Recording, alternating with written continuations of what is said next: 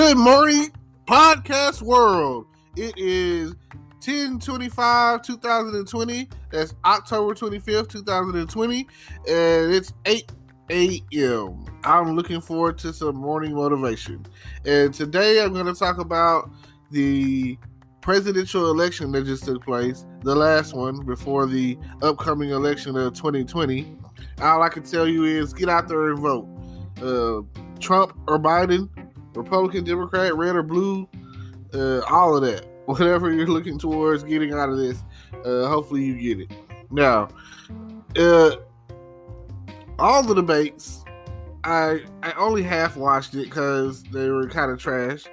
And the vice president election was interesting because people could not stop talking about the fly that landed on Pence's head.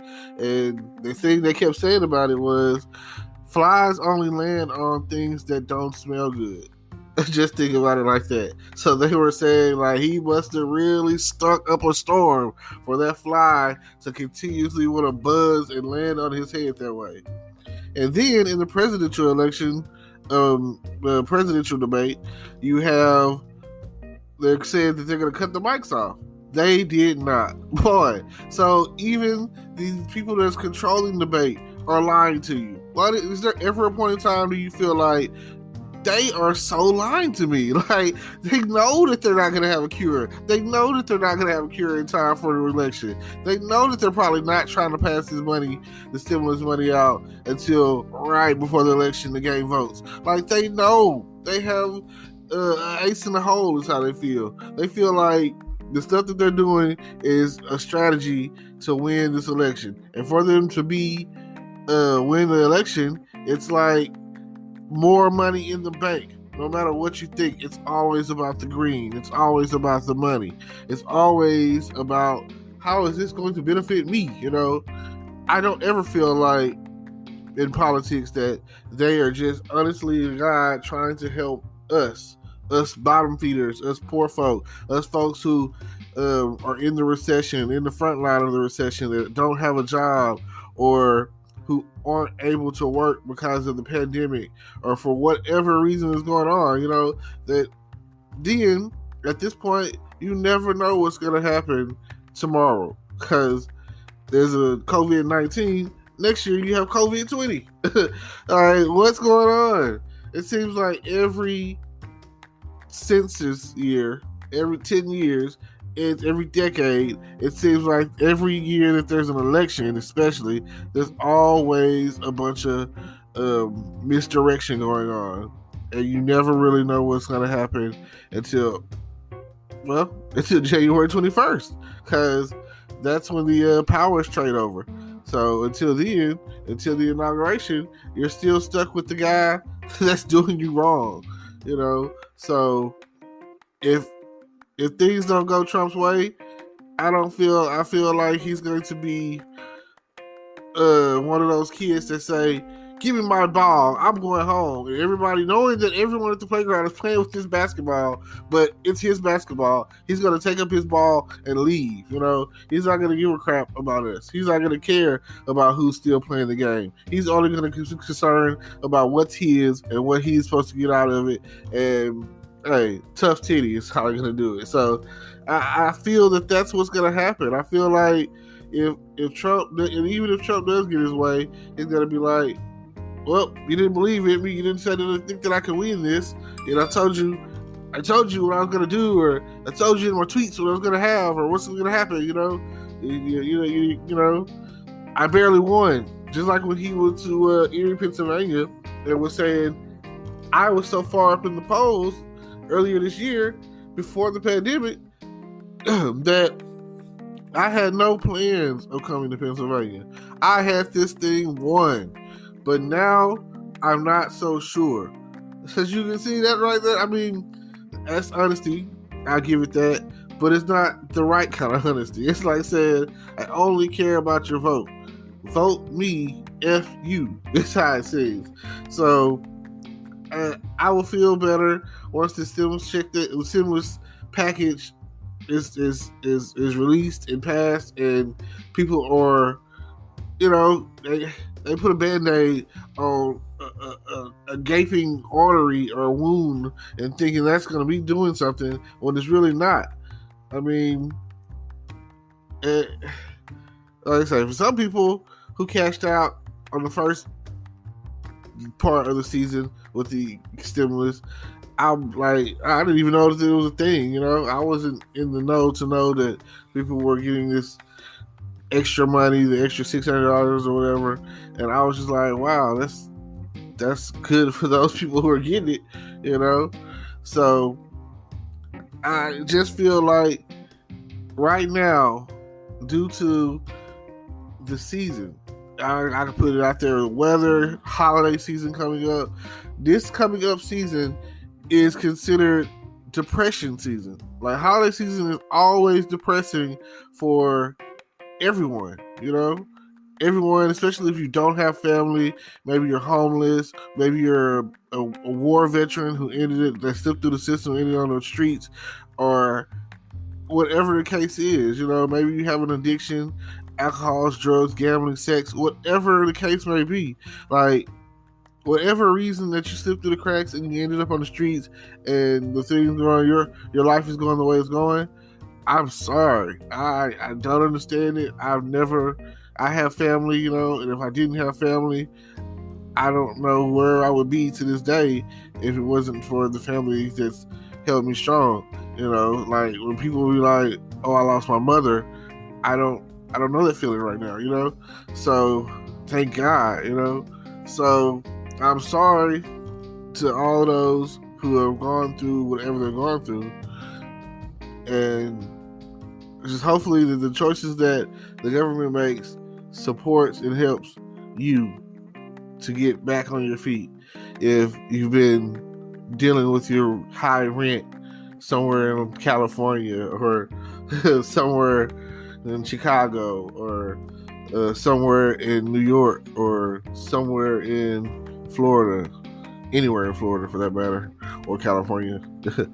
So, I mean, I'm in Texas, and it's a struggle here, and we have some of the best real estate in the country.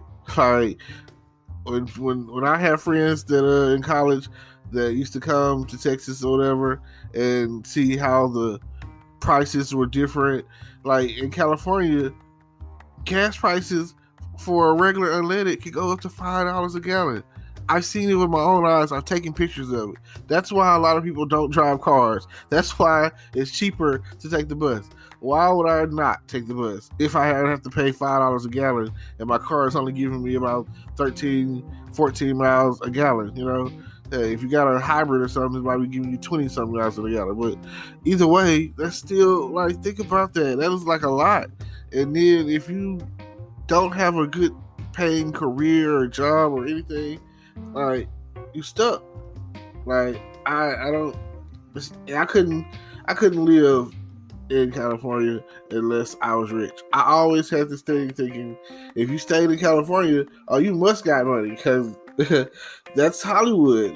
That's the first thing you think of when you hear Hollywood. Or if you're really historical, you think of the Gold Rush, or you think of the Golden Gate Bridge. You feel like if someone says they're from San Francisco, you're thinking like, oh man, these people got to be rich. Or if you think of someone from Hollywood or whatever, you thinking like, oh, these people are rich. And nobody ever really talks about San Diego, and I hear it's like one of the better cities to live in. I hear good things about San Diego. It's got some of the same amenities that you get from the other cities, but it's just, I hear they're like nicer there or something. I don't know. And I've never been to San Diego. I have been to the Bay Area and the Los Angeles area. So they're different from what I'm used to. Like I said, here in Texas, you get a lot of people waving at you for no reason, and for people in California, like, it's a mug reflex to be like, what they waving at? They're not used to the Southern culture, Southern hospitality thing. So either way, I'm not really sure how this thing is going to swing out, but I tell people all the time, I'm 1,000% sure that the Republicans are going to win, that Trump is going to win, and Even though you sit there and you talk about a time for change, it's always harder to fight to get on top when you're the bottom guy.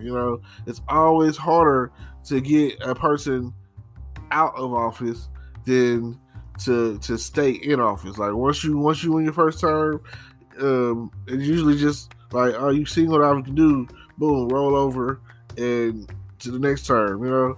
Like it'd be different if someone else was in place and then Trump came along.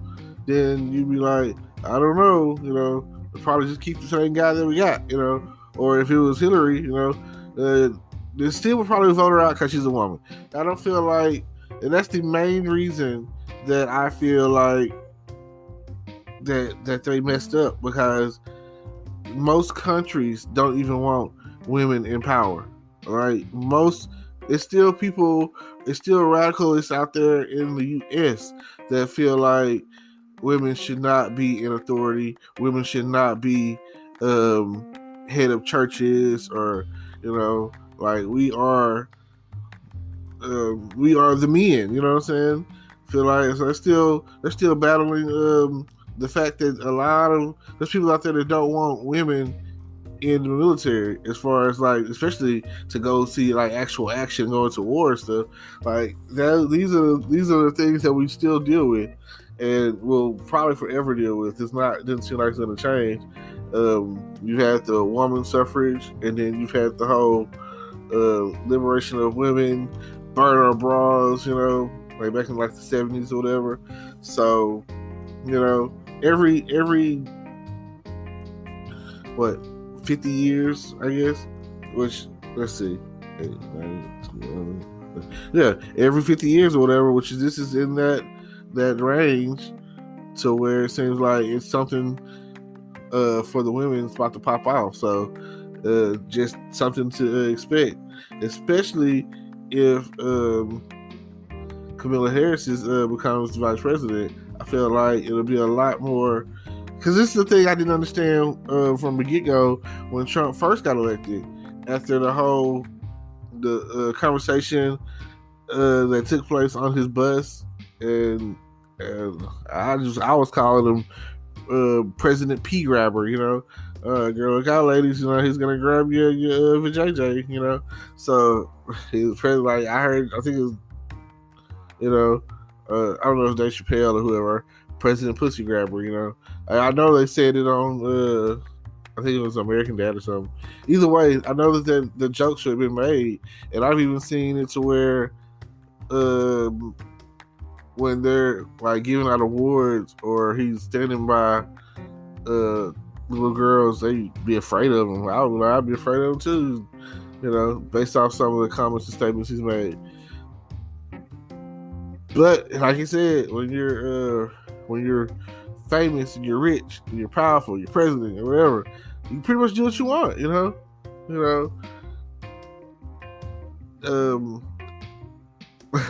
like I know Family Guy made fun of it. That's where I heard about it, and then I seen them do the joke, talking about some locker room talk, and when he was talking on his bus or whatever, it got recorded, and that's where it all came from. And I was like, that's real. Some people were like, that's a real conversation, and that came out well on before the actual election hit back in 2016. So I was like, I can't believe that they voted for this guy. It's like saying that no one that voted for him has any respect for women, and I have nothing to say either for or against that, because if that's the way you feel, that's just the way you feel, Like, you literally have no respect for women, especially coming out of Barack's term and his 2 terms, and having 2 daughters growing up in the White House. And now look at them, as beautiful as ever. Having a beautiful wife like Michelle, strong, beautiful wife. I feel like Michelle could do anything, and like, if they start talking about it right now, Michelle 2024, she's already won because of who she is. Like, her character, her integrity, her just, her strength, everything about her is like you are winning if you find a woman like that. You is she is like when people be like, oh man, they talk about at one point they was talking about back in the day, they was like Oprah, and they talk about Beyonce, and all of this. They all these key factors or whatever are powerful, beautiful women who people have supported throughout the years. But I feel like Michelle is hands down it. I feel like over time, like again, her daughters basically grew up in the White House, and over the next so many years, they'll be, sought after, I guess is the word I'll use, and whoever is lucky to I'm say marry them, date them, marry them, or whatever. You gotta be looking at it like I'm the luckiest guy in the world. You know what I'm saying? Your mama is Michelle, so I know that you have good home training. I know that you grew up a certain way compared to what a lot of people portray us to be, or a lot of people are used to getting. You getting the best of both worlds, And yeah, I mean, I can't say that about some of the past presidents, like Bush's daughters. I can't say that, I can't say that about Clinton's daughter, you know what I'm saying? I can't say that. I can't say that about well, I'm gonna just go that far back because that's when I kind of first started following politics. Clinton, and the reason I first started following politics was like Animaniacs. I mean, by that point in time, I was in social studies, so it's just a matter of age. It's a matter of what you're being taught at a certain age. So, like my 6th grade year, they had like a mock election, and they were asking, and my social studies teacher at the time was wanting to know who people would vote for, and there was another, it was a black guy, Republican, Alan Keyes. He's probably still in politics. He's probably still out there somewhere, and people were voting for him. Didn't know anything about him, the fact that he was black. So I know that that's a factor, and I understood, back then. But I still voted for Bill Clinton back then because I felt like he was the truth. He was really, like, he did a good job, regardless of what was happening in the Oval, little oil in the Oval, regardless of what was happening or whatever at that point in time, which still, in my world, made him so much cooler. I don't care what nobody says. Like, Democratic presidents are so much cooler. Oh my gosh. Like, Kennedy. Like, and it wasn't until college that my favorite president popped on the scene that I was aware of, and that was Roosevelt. FDR. And his slogan was a chicken in every pot. And like I say, if a president were to say that right now, I'd vote for him. That is like the coolest thing, especially you got to look at what was happening at the time. That was a time during the Great Depression where that nobody was getting food, nobody was eating. They had like soup lines and chow lines, and and like war was going on, and all of this stuff was happening. Like, it was at that time or whatever, the Holocaust was taking place at the time. So you have to think about what was going on in the world to where the phrase "a chicken in every pot" was so empowered, like such an impact. And I'll say it like this. The last thing is, he was a cripple. He was in a wheelchair, and that right there lets you know, like, that's a powerful thing to think about. If this guy who couldn't really walk can run the country so well, what can you do if it's in your hands? And some years later, that's exactly what we got called for. What can you do for our country, JFK? And don't think about what your country can do for you. What can you do for your country? Powerful words, democratic words, something to think about. All right. Well, it's getting a little late, so early, whatever. Time's running. I'm gonna leave y'all with this. Just check out the links down below. Subscribe to all the things that I have, like my YouTube channel, and don't forget to like, comment, subscribe, all of that. And don't forget to get out and vote. I mean, it doesn't really matter who you vote for. I personally don't feel like, our vote really counts, but it's your right at the end of the day. And they say that if you voice your opinion, then you have nothing to say when your person doesn't win or change isn't made. So I appreciate y'all for tuning in. Thank y'all for listening to my podcast, and see y'all on the next one. Hello, YouTube world. Welcome to my channel. Don't forget to like, comment, subscribe, and hit the notification bell so you can be notified when I drop hot content like this, and stay tuned for the next video.